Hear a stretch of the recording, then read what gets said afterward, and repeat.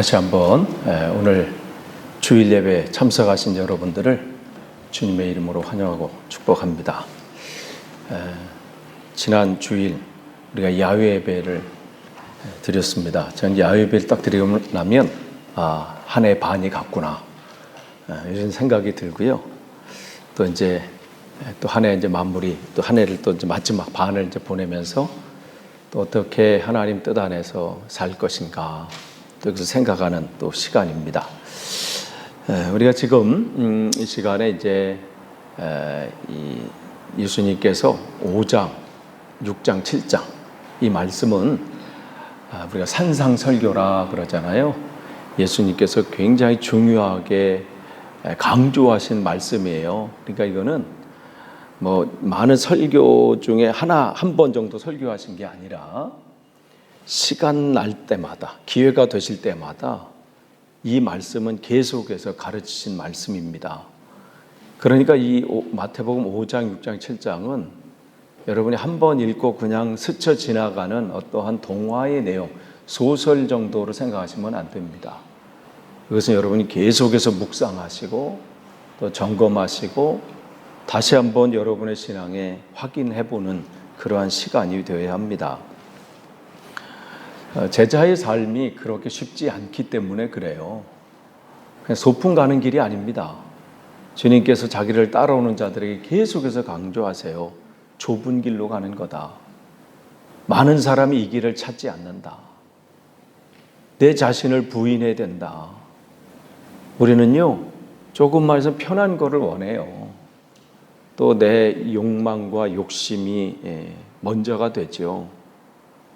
그렇잖아요. 그래서 저도 이제 아이들 이렇게 키워서 지금 이곳에서 아이들이 21년째 자라고 있는 거잖아요. 처음에 그 아이들이 세 아이가 다 여주에서 태어났어요. 경기도 여주.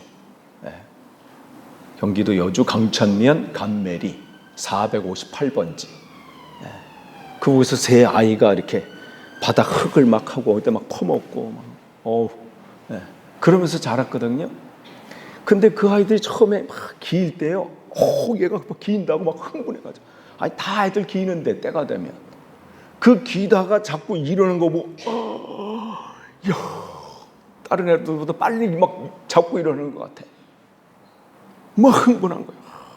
사실, 되돌아보면 별거 아니거든요. 다 자꾸 일어나요, 웬만하면. 웬만하면 다 걸을 때 되면 다 걷고요.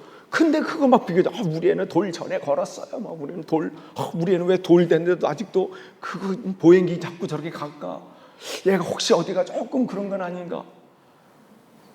내가 지난주 이렇게 선교사님 오셨잖아요. 일단 기본 10,000보 일단 넘어. 그걸 보니까 때가 되면요 10,000보, 20,000보 이렇게 걷을 때가 와요. 그런데도 그때는 우리 아이가 특별한 것 같아. 그냥 어느 순간 아빠 그러면 얘가 언어에 재능이 있나? 이렇게 빨리 아빠를 하지? 왜? 내 자식이니까. 남이 그러면요, 남이 앞에서 막 그러면 속으로 그럴까? 유난 떠시네. 다 걷고 다 말하고 때가 되면 엄마 아빠 다 하는데. 근데 내 자식은요 그렇게 안 보이잖아요. 막 학교 가면 그러잖아요. 막 여기 왔는데 막 그림을 거기서 있다고 얘가 재능 있는 것 같다는 거야. 와, 나는 그때 얘가 혹시 큰 미술가로? 근데 영국을 상황을 아니까 조금만 잘해도 칭찬해 여기는. 얘가 무슨 터치 하나만 딴 애보다 더 그러면 얘 미술에 재능이 있는 것 같다고. 거기에 우리가 빠지면 안 돼요. 무슨 이제 운동선수 다 될 것 같고요. 다 음악가 될 것 같고 다 미술가 될 것 같고 세계를 다. 영국의 특징이 그러더라고. 선생님들이 얘는요 이거 잘하고 그런데 마지막이 중요하잖아요. but 그러나 그걸 잘 들어야 되는 우리는 앞에 취해. 그런데 우리가 자기 아이를 볼 땐 그런데 남의 아이를 볼 때는 그게 좀 뚝 떨어져요. 제가 걷는지 말을 하는지 뭘 하는지 별로 관심도 없고요. 또 그걸 계속하면 자랑한다고 그러고 우리 애는 내가 말을 안 해서 그렇지 그 나이에는 우리는 벌써 A, B, C 다 끊었구만 이렇게 얘기를 해요. 그걸 조금 넘어서요. 해서 우리 신앙을 보면 돼요. 여러분이 신앙생활 할 때 어떤 분들을 보게 되잖아요. 그런데 그때 저는 그런 마음을 가져요. 저 부분이 다른 부분들은 아니도 저분은 지금 바뀌고 있구나. 아이들이 뭘 잡고 이렇게 걷기 시작하는 그때 보고 우리는 흥분하지만 그건 하나거든요. 여전히 똥오줌 못 가리고요. 여전히 밥 먹을 때 다 난리고요. 여전히 자빠져요. 그런데 어떻게 해요? 그 하나 하는 것만고 우리는 막 기뻐하잖아요. 여러분이 우리가 신앙생활 다른 분들 이렇게 볼 때요. 여전히 그분이 부족한 분이 너무 많죠. 그런데 한 가지 그분이 정말 그 일어서려고 하는 그 모습 보고 기뻐하고 같이 감사하고 그런 것이 우리가 어떻게 신앙이 자라고 있는 거예요. 그래서 근데 그 어떤 마음이 그럴 때 그러냐면요. 그 심령이 가난할 때 나의 연약한 모습이 있잖아요. 하나는 잘할 수 있지만 나머지 99개가 부족한 모습이 있어요. 그런데도 우리 하나님께서는 다른 사람은 그 99가지 때문에 막 저 하나 갖고 나머지 저렇게 상황하라고 저렇게 하고 저렇게 하는데 근데 우리 하나님 아버지는 내 그 하나 그 말 한마디 아빠 하는 그 한마디 그것 때문에 흥분하시고 그것 때문에 기뻐하시는 것이죠. 그러니까 부모님을 통해서 특히 그 부모님의 그 자기 자녀의 어린이를 대하는 그 모습을 통해서 우리는 간접적으로 하나님 아버지를 알게 됩니다. 하나님이 나를 이렇게 보고 계시겠구나. 나를 향할 때 이렇게 기뻐하시겠구나. 내가 뭘 잘한 것도 아니고 그냥 아빠라는 어눌한 말로 한마디 한 건데 그것 때문에 그냥 아빠가 그냥 부모님이 기뻐하는 거. 때가 되면 다 걷는 것인데 그 잡고 일어나서 한 발자국 두 발자국 걷는 것 때문에 흥분하고 막 기뻐하고 막 자랑하고 싶은 그 마음이 나를 향하신 하나님의 마음이시겠구나. 그걸 생각할 때마다 다른 거 없지요. 그냥 나는 주님밖에 없습니다. 그게 마음이 가난한 자예요. 다른 사람이 뭐라 할지라도 나는 하나님 없으면 안 됩니다. 그 마음으로 나아가는 거죠. 하나님 나는 혼자로서는 불가능하지만 주님께서 나와 함께 하시기 때문에 나는 할 수 있습니다. 그러면서 오늘 그 다음은 뭐냐면 4절이에요. 애통하는 자는 복이 있나니 그들이 위로를 받을 것이며. 그러니까 애통한다는 건 슬퍼한다는 거죠. 슬퍼한다. 그런데 여기서 애통한다는 것은 이 단어는 어느 때 쓰냐면 뭐 가다 넘어져 가지고 그럴 때 슬퍼 이런 것도 아니고 무슨 내가 어떤 사랑하는 사람이 나를 떠났어 이때 슬퍼 이런 정도가 아니라 이 이스라엘 사람들이 이 애통이라는 이 단어를 여기서 쓸 때는 나라를 잃어버렸을 때의 그때 애통함이에요. 그리고 자기 자식을 잃어버렸을 때 그 애통함입니다. 이러한 애통함이에요. 그냥 뭐 잠깐 슬퍼하다가 무슨 맛있는 음식 나오면 그냥 그 슬픔은 사라지고 이 음식이 이게 아니라 나라를 잃어버리고 자기 사랑하는 자녀를 잃어버렸을 때 그 애통함.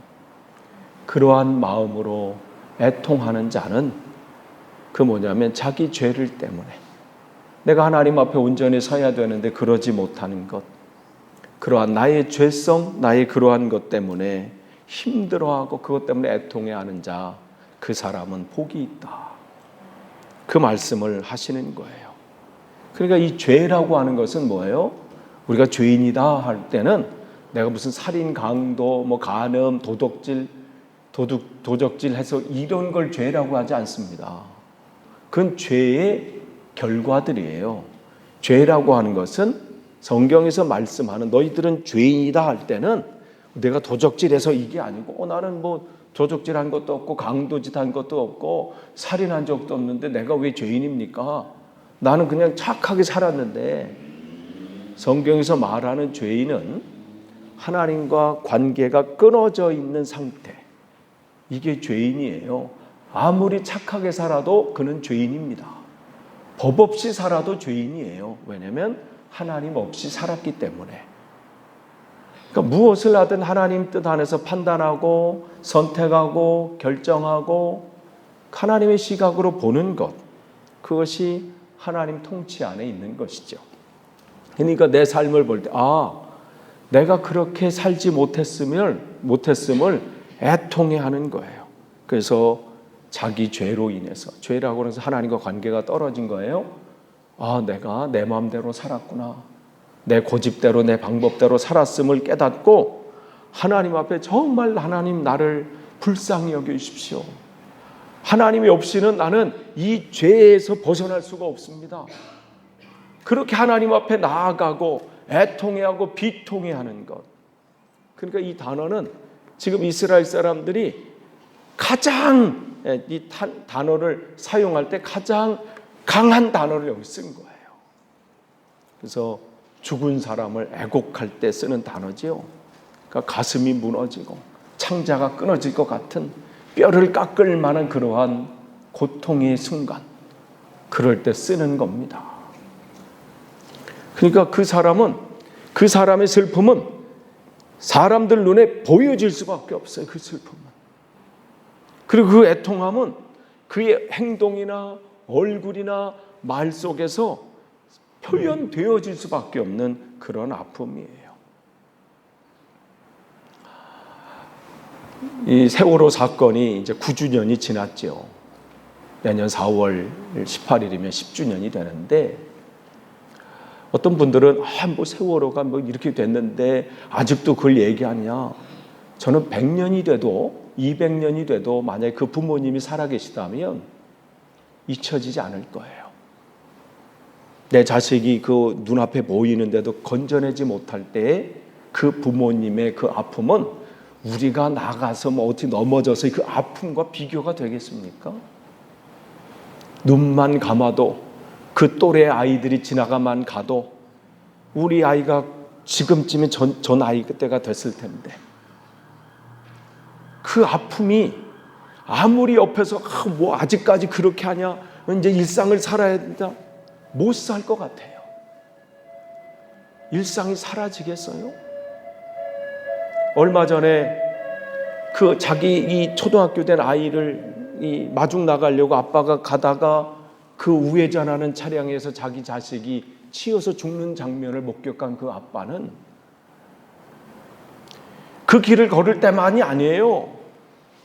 살아 계시는 동안은 그 장면이 잊혀지지 않을 거고, 눈앞에서 죽는 아이를 보면서 아무것도 할 수 없는 자기, 그 상황들이 꿈엔들 그 잊혀지겠습니까? 그 애통함은 바로 그 애통함이에요. 자기 죄에 대해서 정말 하나님 없으면 안 되는데도 이 세상의 죄를 끊지 못해서, 내가 이것을 놓지 못해서 안타까운 하나님, 나 이 하나님이 죄악 가운데서 난 벗어나길 원합니다. 그 애통해하는 것이죠. 그러면서 철저하게 자기 죄에 대해서 작은 것이라도, 그래서 바울은 죄의 모양이라도 버리라, 용납하지 말라는 거예요. 근데 마틴 루터가 얘기한 것처럼 생각들은 올 수 있죠. 죄의 생각들.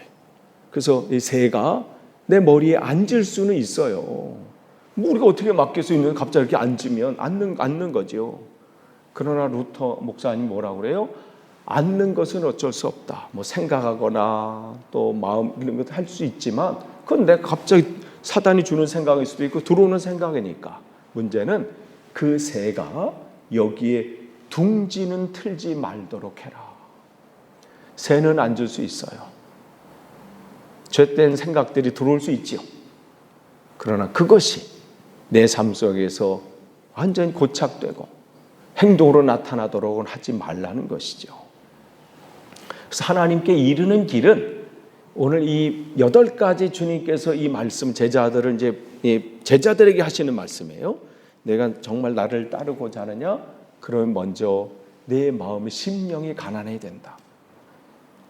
다른 믿는 구석이 있어서는 안 된다는 거예요. 나는 하나님 없으면 안 됩니다. 나는 하나님이 은혜가 없으면 한순간도 살 수 없습니다. 이 영국 땅이든 한국이든 어느 곳이든 나는 하나님께서 나를 지켜주지 않으시고 하나님의 보호하심이 없고 하나님의 은혜가 아니면 나는 한순간도 살 수 없음을, 나는 의지할 것이 전혀 없습니다. 그런 마음으로 주님 앞에 나오는 자는 먼저 뭐가 보이냐면요, 내가 형편없는 사람임을 깨닫게 돼요. 내가 죄인이구나. 내가 그동안 내 마음대로 살았구나. 내 감정대로, 내 방법대로, 내 뜻대로, 내 고집대로 살았음을 깨닫고, 근데 내가 거기서 벗어날 수 없음을 아는 거예요. 내 방법대로, 내 의지로 될지 않는구나. 내 힘으로 이것을 고칠 수가 없구나. 그러니까 어때요? 예전 같으면 그냥 자포자기 아유 이제 될 대로 되라 이런 것이 아니라, 하나님 나를 고쳐주세요. 나를 살려주십시오. 나를 붙잡아 주십시오 하고 주님 앞에 애통함으로 나가요. 그러니까 주님의 은혜가 아니면 살 수 없음으로 하나님 앞에 나오는 자가 먼저 해야 될 것은 애통하는 거예요. 몸부림치면서 하나님, 이 죄성에서 나를 벗어나기를 원합니다. 그렇기 때문에 회개는 슬픔이에요.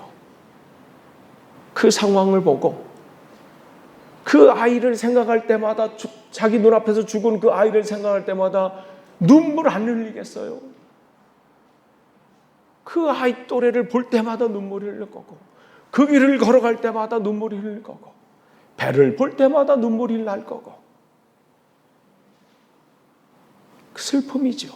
그러니까 내가 죄성이 여전히 내 안에 있음을 볼 때마다 그냥 아유 나는 원래 이런 인간이 하고 넘어가는 것이 아니라, 작은 것이라도 하나님 앞에 부끄러운 것이 있다면 통곡하면서 하나님, 나 여기서 벗어나길 원합니다. 나 여기서 나 헤어나길 원합니다. 몸부림치는 것이 애통하는 거예요. 그래서 고린도후서 7장 10절 말씀 보면 하나님의 뜻대로 하는 근심은 애통하는 거죠. 후회할 것이 없는 구원에 이르게 하는 회개를 이루는 것이요. 하나님 앞에 나아갈 때 우리가 먼저 해야 되는 작은 것일지라도, 그래서 우습게 여기지 마세요. 뭐 이 정도는 뭐 괜찮겠지. 남들도 다 하는데. 저 보니까 저 목사님도 장로님도 뭐 권사님도 다 뭐 이렇게 하는데, 그런 것이 아니라 정말 하나님 보실 때는 다른 사람은 그래도 너만은, 우리에게 원하시는 것은 그거예요.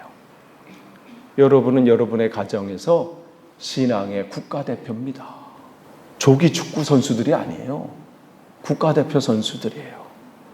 조기 축구 할 때는 막 뒤로 막 해서 헛발질해도 그냥 웃으면서 넘어가요. 그럴 수 있죠. 좀 지난, 저도 여기 35에 여기 와서요, 여기 축구 클럽에 같이 이렇게, 그때는 교회 팀으로 이렇게 조직이 돼서 했어요. 처음에는요, 미드필더 아니면 앞에 그 정도에 있었어요. 그렇게 나이가 근데 해마다 뒤로 이렇게 밀려나 수비하다가요, 맞으면 골키퍼까지. 그래도 이제 골키퍼로 영국 대표로 해서 유럽 대항전 나간 사람이에요, 내가. 여러분 지금 뭐 이럴지 모르는데 내도 여기서 그래도 한가락 했던 사람이에요. 예, 그런 사람인데 점점 지나니까 힘들어서 못하겠어. 나중에 무서워. 다칠까봐. 우와, 안 봐주더라고요. 막 오는데 그래서 자연스럽게 또 눈치가 있어요. 난 또 눈치가 있어서 딱 보니까 이제 그만둬야 될 때구나. 그래서 40을 딱 전후로 해서 딱 그만뒀는데, 정말 이 일들을 하는 그 모든 것을 내 힘으로 할 수 없구나. 내가 힘이 없구나. 온전히 주님 뜻 안에서. 그러니까 국가대표랑 조기축구랑 달라요. 거기서 또 헛발질도 하고 이렇게 뛰었는데 공 일로 갈 때도 있잖아요.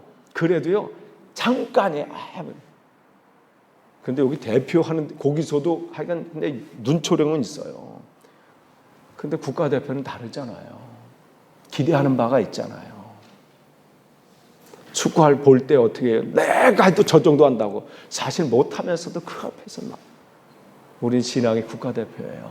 그러니까 하나님 보실 때 정말 잘하는 모습이 보기를 원하시는 거죠.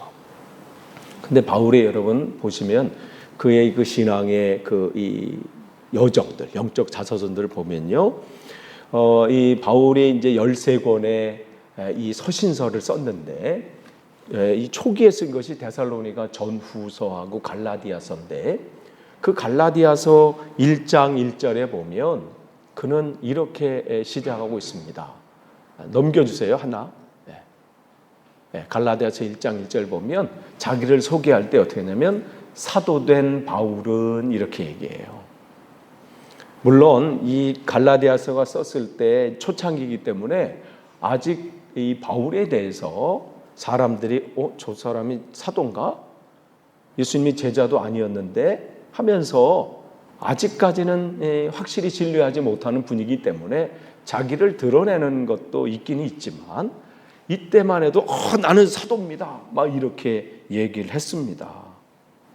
그런데 그렇게 한 7년 후에 쓰인 책이 고린도 전서인데 고린도전서 15장 9절에 보면 그는 자기 신앙이 얼마큼 다듬어지고 깎여져 있는지를 보게 되죠. 나는 사도 중에 가장 작은 자입니다. 신앙이 점점점 이게 무르익어 가고 있는 것을 그의 이 서신서를 통해서 볼 수 있어요. 그리고 이 고린도전서를 쓴 후 8년 후에 주 63년경에 쓴 것이 에베소서입니다. 우리가 지금 새벽 예배 때 보고 있죠. 거기 에베소서 3장 8절에 보면 이제는 사도 중에 작은 자가 아니라 모든 성도 중에, 즉 교인 중에 지극히 작은 자보다 더 작은 나입니다. 자기를 그렇게 얘기해요. 그러니까 남을 판단하고 정죄하는 것이 아니라 이제는 그 시각이 어떻게 계속해서 나에게 비춰주는 거예요. 저 사람은 저래서 뭐 이런 것이 아니라 그도 하나님께서 다듬어 가실 거고 하나님께서 결국 하나님의 때 하나님의 방법을 이루실 거예요. 그건 하나님은 소관이 내가 뭐 판단할 부분이 아니에요. 바울은 계속해서 자기를 보는 내가 더 작은 자입니다. 그러면서 또 그의 생애가 마지막 날이 가까웠을 때 그 쓴 것이 디모데 전후서거든요. 디모데전서 1장 15절에 뭐라고 기록해요? 죄인 중에 내가 괴수, 즉 우두머리라는 거예요. 사도도 아니고요, 성도 정도가 아닌 나는 죄인인데 그 죄인 중에서도 최고입니다. 자기 생을 그렇게 얘기합니다. 이게 애통하는 자예요. 예전에는 남들과 비교했을 때 우쭐했어요.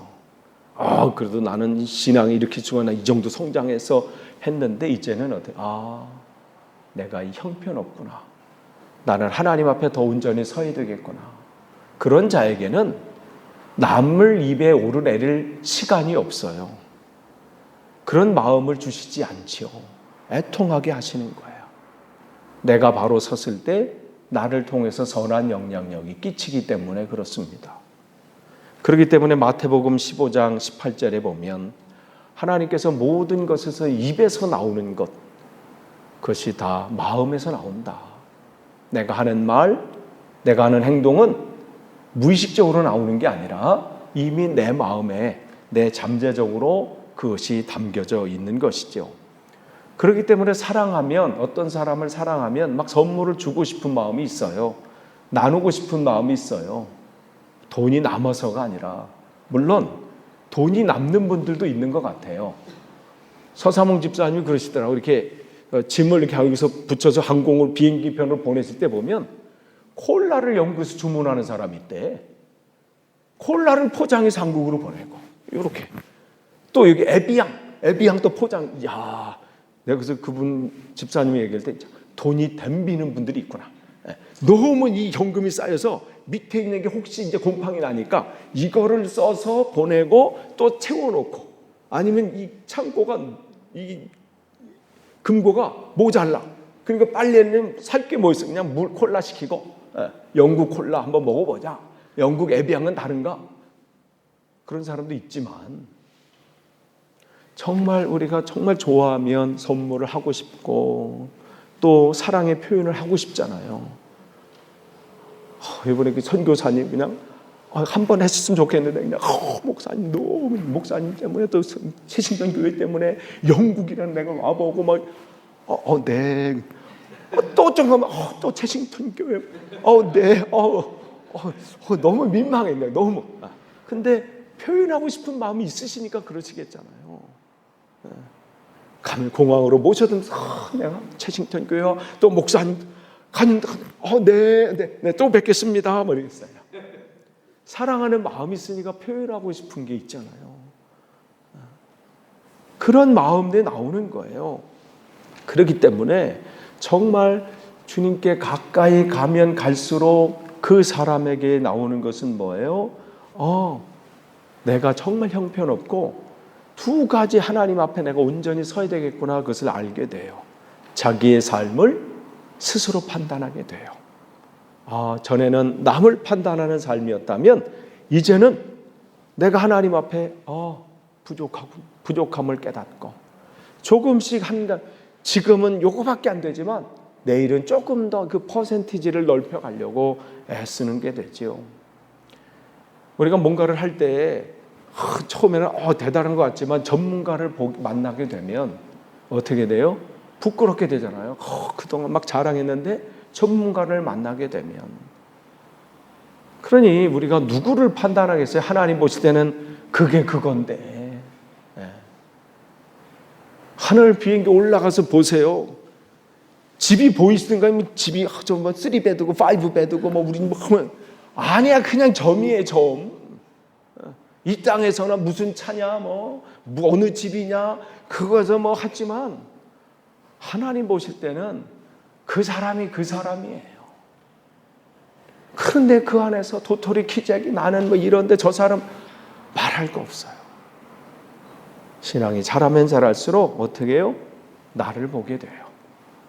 또한 예수 그리스도를 알면 알수록 내 죄가 보여지게 되고 그 대가가 얼마나 큰 대가를 치러야 되는지를 알게 되지요. 그렇기 때문에 날마다 어떻게 해요? 애통하는 거예요.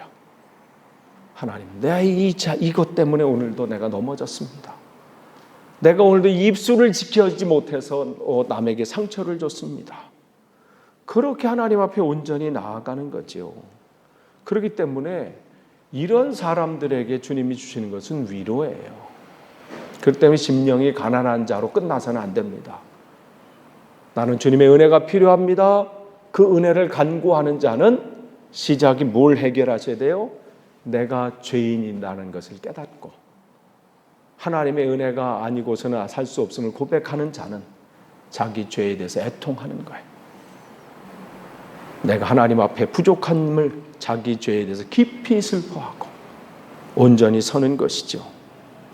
예전에는 자기의 의의를 드러내는 삶이었다면 이제는 자기의 죄에 대해서 애통하고 하나님 앞에 온전히 서지 못했음을 애통하고 그런 자들에게 하나님은 그들에게 위로를 주신다 말씀하시는 거예요. 그 위로라고 하는 이 파라칼레오라는 이 단어는요, 곁으로 부른다 이런 뜻이 있어요. 곁으로 부른다. 누군가를 위로할 때 같이 이렇게 해서 안아주기도 하고 그러잖아요.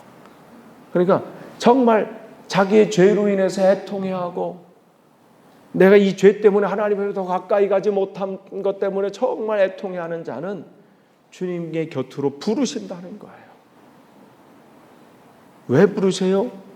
먼저 위로도 있지만 그렇게 해서 위로함을 통해서 새 힘을 그에게 주셔서 맡겨진 사명 감당할 수 있도록 그의 온전한 본래의 삶을 살게 하시는 것입니다. 그렇게 부르시는 것을 증인이라 그러지요. 우리를 하나님의 동역자로 하나님의 증인으로 곁으로 부르시는 거예요. 근데 그 부르시는 자에게 중요한 것은 자기 죄에 대해서 넘어가는 것이 아니라 작은 것이라도 애통하고 내가 입술로 범죄한 것이 있다면 그것을 하나님 앞에 온전히 고백하고 내가 행동으로 생각으로 내 삶 속에 하나님 앞에 부끄러운 것이 있다면 그것을 온전히 해결하는 거예요. 근데 또 넘어질 수 있어요. 아이들이 한 번 걸어갔다고 해서 그때부터 막 뛰는 게 아니잖아요. 한 발자국보다 또 자빠져요. 그렇다고 부모님이 포기하지 않습니다. 왜냐하면 때가 되면 얘는 뛰고 걸을 것이니까. 우리 주님도 마찬가지예요. 우리가 또 입술로 실패할 수 있어요. 생각으로, 행동으로 또 넘어질 수 있습니다. 그러나 하나님은 우리를 포기하지 아니하십니다. 다른 사람은 우리를 보고 포기할 수 있어요. 아우 이제 그만해. 이럴 수 있지만 우리 주님은 절대 여러분을 포기하지 아니하십니다. 왜냐하면 여러분을 주님께서 일으키실 것이기 때문입니다. 대신 여러분은 주님이 나의 힘이심을, 나를 일으키시고 나를 이끄실 것이라는 것을 믿으시는 거예요. 그래서 성경은 아브라함의 하나님, 이삭의 하나님, 야곱의 하나님이라고 계속해서 그 기록하고 있는 것은 다른 것이 아니에요. 그 하나님 거기서 엘로힘입니다. 엘로힘. 단수는 엘. 우리가 엘리야 할 때 그래서 엘 있잖아요. 엘. 그 다음에 복수는 엘로힘. 그건 왜? 파워예요. 파워. 힘, 파워예요. 그러니까 아브라함은 세상에 다른 것을 파워로 삼지 않고 하나님을 나의 파워, 나의 힘으로 삼았다. 그렇게 살았던 거예요. 이삭도 마찬가지고 야곱도 마찬가지고. 그의 인생을. 그러니까 내가 넘어진다 할지라도 쓰러진다 할지라도 나의 힘이 되신 주님께서 계시기 때문에 우리는 또 일어날 겁니다. 아니, 우리가 일어나는 게 아니에요. 주님께서 일으키실 거고 걷게 하실 거고 뛰게 하실 거고 그 사명을 감당하게 하실 거예요. 우리가 낭망치만 않으면, 여러분 스스로에서 포기만 아니하시면 주님께서 여러분을 이끄셔서 그 사명 감당하실 겁니다. 끝을 맺습니다. 심령이 가난한 자는 복이 있습니다. 그에게는 하나님의 다스림, 천국 즉 하나님의 통치가 그에게 있습니다. 애통하는 자는 복이 있습니다. 작은 죄라도 그냥 무시하는 것이 아니라 그것을 가지고 애통해하는 자는 주님께서 그를 위로하십니다. 곁으로 부르셔서 그를 하나님의 동역자로 정인으로 사용하실 것이고 세워주실 겁니다. 오늘 이 한 주간의 삶이 여러분의 주님 앞에 가는 그날까지 이 귀한 복을 여러분이 누리시기를 간절히 축원합니다. 기도하겠습니다. 하나님 감사합니다. 오늘도 하나님 말씀을 또 선포했습니다. 이 말씀 하나님 전하는 자나 듣는 자가 하나님 말씀을 붙잡고 다시 한번 우리 삶 속에서 다시 일어나길 원하고 또 주님의 귀한 사명의 자리에서 승리하도록 인도해 주옵소서. 예수님의 이름으로 기도하옵나이다. 아멘.